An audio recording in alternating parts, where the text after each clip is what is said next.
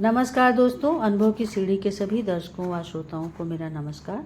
दोस्तों, आज पुस्तक चर्चा में हम जिस कृति की बात कर रहे हैं वह कृति साहित्य अकादमी पुरस्कार से सम्मानित कृति है, जिसका नाम है मगध। यह कृति श्रीकांत वर्मा जी द्वारा रचित है। 1984 में इसका प्रथम संस्करण राजकमल प्रकाशन से प्रकाशित हुआ था और 2025 में इसका 5वां संस्करण प्रकाशित हुआ है। इस कृति के रचनाकार श्रीकांत वर्मा जी का जन्म 18 सितंबर 1931 को बिलासपुर मध्य प्रदेश, जो कि अब छत्तीसगढ़ में है, हुआ था। उन्होंने 1956 में नागपुर विश्वविद्यालय से हिंदी साहित्य में एमए किया। 1955-56 में बिलासपुर से नई दिशा का संपादन किया। फिर भविष्य की खोज में दिल्ली आ गए। कुछ दिनों भारतीय श्रमिक के उपसंपादक रहे। 1958 से 1962 तक कृति पत्रिका का नरेश मेहता के साथ संपादन किया। 1964 से 1977 तक साप्ताहिक दिनमान से संबद्ध रहे। साहित्य के अलावा राजनीति में आपका सक्रिय हस्तक्षेप रहा। 60 के दशक में डॉक्टर राम मनोहर लोहिया के संपर्क में आए। उनके विचार और कर्म से गहरे स्तर पर प्रभावित हुए। डॉक्टर लोहिया के असामयिक निधन और समाजवादी आंदोलन के बिखराव के बाद 1969 में श्रीमती इंदिरा गांधी से परिचय और कांग्रेस की राजनीति में सक्रिय भागीदारी की।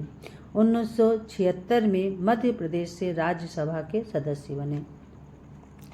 आपकी प्रकाशित प्रमुख कृतियां हैं भटका मेघ, माया दर्पण, दिनारंभ, जलसा घर, मगध, गरुड़ किसने देखा है, प्रतिनिधि कविताएं, झाड़ी, संवाद कहानी संग्रह है, दूसरी बार उपन्यास, जिरह, आलोचना, अपोलो का रथ, यात्रा वृत्तांत, फैसले का दिन, आंद्रेई की कविताओं का अनुवाद, 20वीं शताब्दी के अंधेरे में, साक्षात्कार और वार्तालाप, श्रीकांत वर्मा रचनावली, जो कि आपकी संपूर्ण रचनाओं का संकलन है, आपकी प्रकाशित है।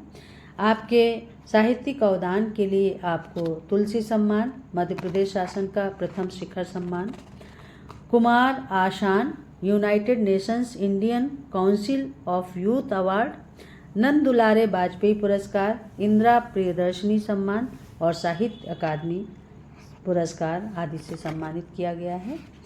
दोस्तों, आज मैं वर्मा जी की इस मगध कृति से कुछ कविताओं का पाठ करूंगी। आशा है कि आपको ये रचनाएं पसंद आएंगी। इस कृति के विषय में पीछे प्रकाशक ने लिखा है, मैं वो आपके सामने पढ़ती हूँ।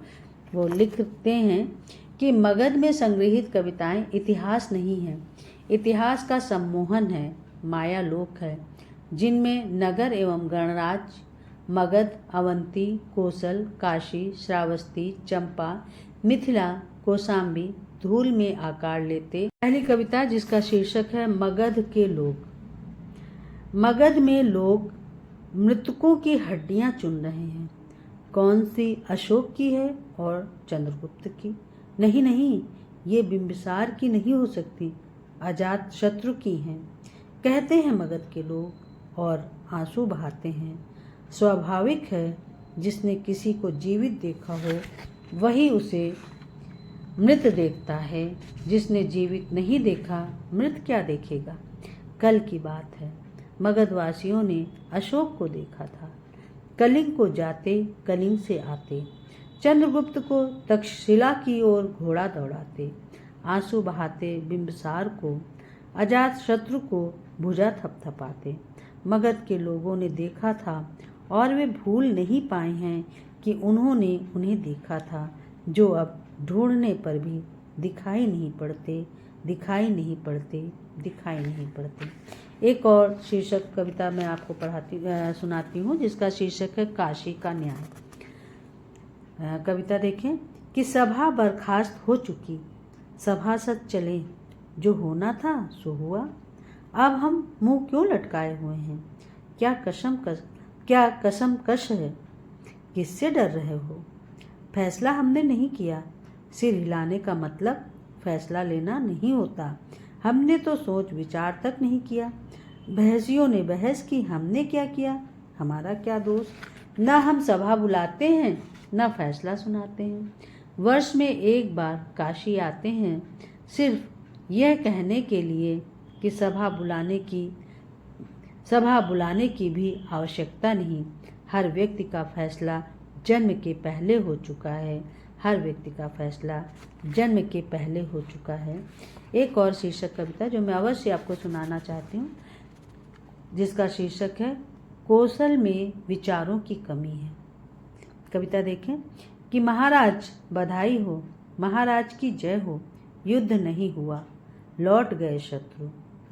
महाराज बधाई हो, महाराज की जय हो, युद्ध नहीं हुआ, लौट गए शत्रु। वैसे हमारी तैयारी पूरी थी। 4 अक्षौणी थी सेनाएं, 10 सहस्र अश्व, लगभग इतने ही हाथी, कोई कसर न थी। युद्ध होता भी तो नतीजा यही होता, न उसके पास अस्त्र थे, न अश्व, न हाथी। युद्ध हो भी कैसे सकता था, निहत्थे थे वे। उनमें से हर एक अकेला था और हर एक यह कहता था प्रत्येक अकेला होता है। जो भी हो, जय यह आपकी है, बधाई हो।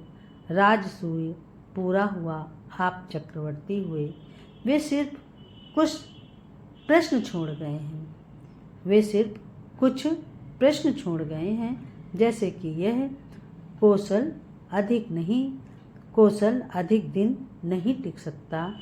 कौशल अधिक दिन नहीं टिक सकता। कौशल में विचारों की कमी है। कौशल में विचारों की कमी है। एक बहुत ही सुंदर संग्रह और एक कविता धर्म युद्ध, जिसका शीर्षक है, मैं पढ़ती हूँ कि कैसे संभव है दोनों ओर मृतकों की संख्या समान हो। कैसे संभव है दोनों ओर मृतकों की संख्या समान हो। कैसे संभव है एक की पताका गिरे तो दूसरे की गिरे। एक पक्ष में जितनी विधवाएं हों, दूसरी में सधवाएं उनसे अधिक ना हो। कैसे संभव है एक राजधानी में जितना विलाप हो, दूसरी में उतना ही संताप हो। दोनों ओर पश्चाताप हो, दोनों ओर धर्म हो, दोनों ओर शर्म हो, दोनों पक्ष रख दे हथियार, दोनों विजेता हो। मैं कहता हूँ संभव नहीं है। एक तरफा होती है हत्या, एक तरफा जय, एक तरफा दर्प, एक तरफा भय, एक तरफा विधवाएं, एक तरफा सधवाएं। एक तरफा होता है विलाप, एक तरफा संताप, एक तरफा हर्ष, एक तरफा पश्चाताप, एक तरफा होता है धर्म, एक तरफा शर्म। दोनों ओर मृतकों की संख्या समान नहीं होती। दोनों ओर मृतकों की संख्या समान नहीं होती। तो दोस्तों, ये थी कविताएं जिन्हें रचा है श्रीकांत वर्मा जी ने, और ये कृति मगध में संग्रहित है। आशा है कि ये कविताएं आपको पसंद आई होंगी। मैं आपसे फिर मिलूंगी, और इसी तरह से आप हमारे चैनल को लाइक करें, सब्सक्राइब करें और अपना स्नेह बनाए रखें।